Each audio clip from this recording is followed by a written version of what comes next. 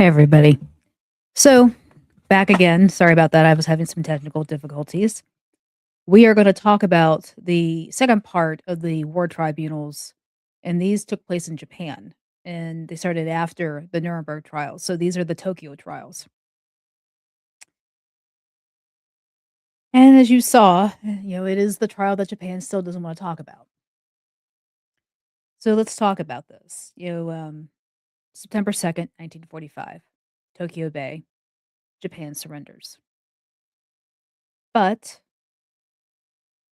the blood of millions still cries out from graves.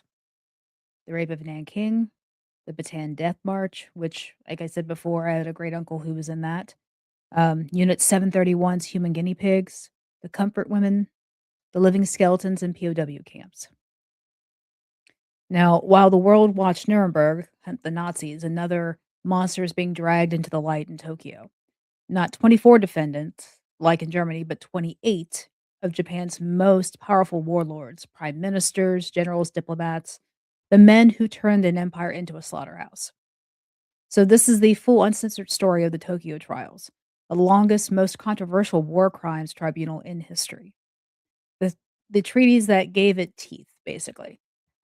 Exactly what happened to every single defendant, who swung from the gallows, who walked free, and who died rotting in prison. The shocking truth about Emperor Hirohito and why he got away with murder while his underlings burned. And a brutal side by side comparison with Nuremberg that will leave you questioning everything you thought you knew about Victor's justice.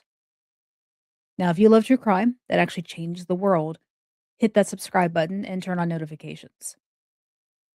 And let's dive into one of the darkest courtrooms ever assembled. This is Red True Crime, and today we're going full Pacific Theater.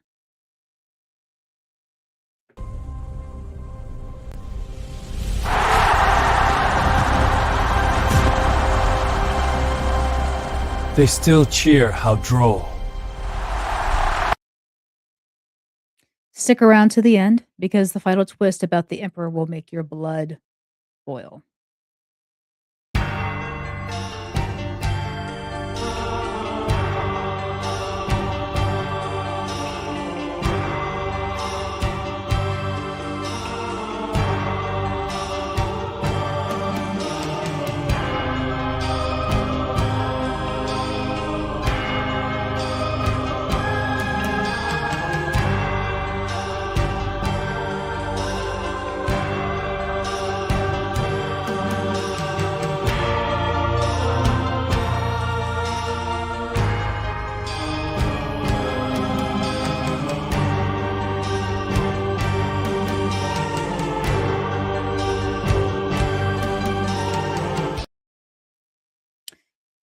Japan's empire So, as you see, Japan had expanded quite a bit, trying to take over their part of the world.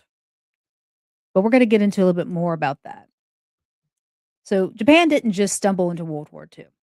This was decades in the making. 1931, the stage Mukden incident. Japan invades Manchuria and sets up the puppet state of Manchukuo. Now, in 1937, a full scale invasion of China. And that's when the rape of Nanking happened, where 200,000 to 300,000 civilians were slaughtered in 6 weeks. Soldiers bayoneting babies, live burials, mass rape. Now, by 1941, they had struck Pearl Harbor, then the Philippines, Singapore, Burma, and the Pacific Islands. Prisoners starved, they were beaten, experimented on, comfort stations, forced sexual slavery of up to 200,000 women. By August 1945, 2 atomic bombs and the Soviet invasion later, Japan was finished. But the Allies had already promised these crimes would not go unpunished.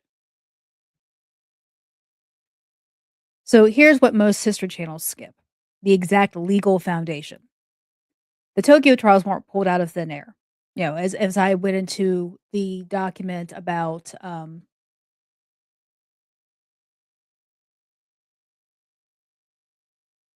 uh-oh, something's not doing what it's supposed to do.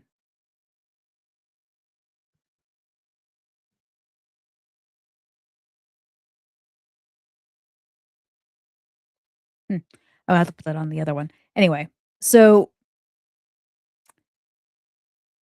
they weren't created out of thin air. And as I had stated in the Nuremberg video, um, they didn't think the Nuremberg trials were going to take place because of the fact that the attitude was, how can another country tell another country what to do, how to behave in their own country? So that was basically the premise. But they got enough countries together, enough of the allies together to say, yes, we're going to do this and prosecute these Nazis for what they did in the Holocaust. And that had set precedent. So now that gave them legal leeway to go after Japan. So their whole legal foundation rested on four cornerstone international agreements, plus one unilateral power move by General Douglas MacArthur. First, the Cairo Declaration, which was started on December 1st, 1943, that was Roosevelt, Churchill, and Chiang Kai-shek. It declared that Japan would be stripped of every territory stolen since 1914. So they even went back almost during the First World War with this. Manchuria, Formosa, and the Pescadores, all going back to China. Now, the judgment later cited this as giving the Allies full authority over Japan's aggressive acts dating back decades. Now, second, and this is the big one, the Potsdam Declaration, July 26, 1945, signed by Truman, Churchill, and later Attlee, because Churchill, I think, had passed by this point, and Chiang Kai-shek, and later accepted by the Soviets. Paragraph 10 is the smoking gun. In quotes, "We do not intend that the Japanese shall be enslaved as a race or destroyed by a nation, but stern justice shall be meted out to all war criminals, including those who have visited cruelties upon our prisoners." End quote. It also demanded the complete elimination of militarism and the leaders who deceived and misled Japan into conquest. Japan had no choice, accept or face prompt and utter destruction. Third, the Japanese Instrument of Surrender, September 2nd, 1945, aboard the USS Missouri. Japan formally accepted every term of the Potsdam Agreement, and the Emperor's authority was now subject to the Supreme Commander for the Allied powers, MacArthur. That single line gave MacArthur godlike power over Japan's future, including who would stand trial. And the fourth, the Moscow Conference, December 26, 1945. The Allies created the Far Eastern Commission to oversee the occupation, but the judgment explicitly says the tribunal was established in virtue of and to implement all four of these documents. Then on January 19th, 1946, MacArthur drops the hammer. He issues a special proclamation creating the International Military Tribunal for the Far East, or is known as the IMTFE, and it approves its charter, amended April 26, 1946. Unlike Nuremberg, which was a four-power treaty, Tokyo was MacArthur's show. 11 nations got judges, but ultimate control stayed with the U.S. Supreme Commander. Later, the 1951 San Francisco Peace Treaty forced Japan to accept the judgments as final under Article 11. Those treaties turned paper promises into gallows.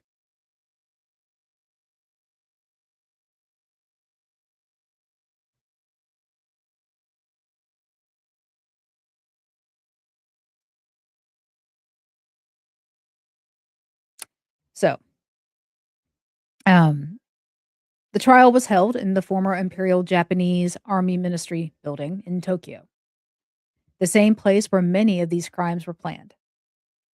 Kind of what they did with Nuremberg. They held that in the area where all the Nazi rallies were happening. So 11 judges from Australia, Canada, China, France, India, Netherlands, New Zealand, Philippines, the UK, US, and the USSR. President of the judges, Sir William Webb of Australia. Chief prosecutor was a Joseph Keenan, an American hard drinker who some called the drunk prosecutor. Defense, over 100 lawyers, mostly Japanese with American support. The indictment is read May 3rd, 1946. 55 counts. Class A, crimes against peace. The big one, conspiracy to wage aggressive war. Class B and C, conventional war crimes and crimes against humanity. 419 witnesses, 4,336 exhibits, the longest trial in history up to that point. 2.5 brutal years. So that is who was in the dock. 28 men in the dock: prime ministers, war ministers, ambassadors, generals, the architects. Hideki Tojo, the face of Japanese evil, prime minister during Pearl Harbor and the worst atrocities. Koki Hirota, former prime minister. Sashiro Itagaki, the butcher of Manchuria. Iwan Matsui, commander of Nanking. Kenji Doihara, Lawrence of Manchuria, master spy. And the list goes on. Araki, Hashimoto, Hara, Hironama, Hoshino, Kaya, Koso, Minami, Oka, Shima, Sato, Shimada, Suzuki, Shiratori, Yumezu, Togo, Shigemitsu, plus diplomats Matsuoka and naval chief Nagano. One civilian intellectual, Shumei Akawa, would be ruled insane mid-trial. Prosecution presents evidence of the conspiracy from 1928 onward. American POWs describe hell camps. Chinese survivors recount Nanking. The defense screams victor's justice and ex post facto law. They claim everything was self-defense. The tribunal runs under loose rules. Anything with probative value is allowed, no strict evidence laws like American courts. 2 defendants die during trial: Matsuoka and Nagano, natural causes. Okawa has a mental breakdown and laughs maniacally and gets removed. The trial drags 417 days of actual court time, and by 1948, everyone's exhausted.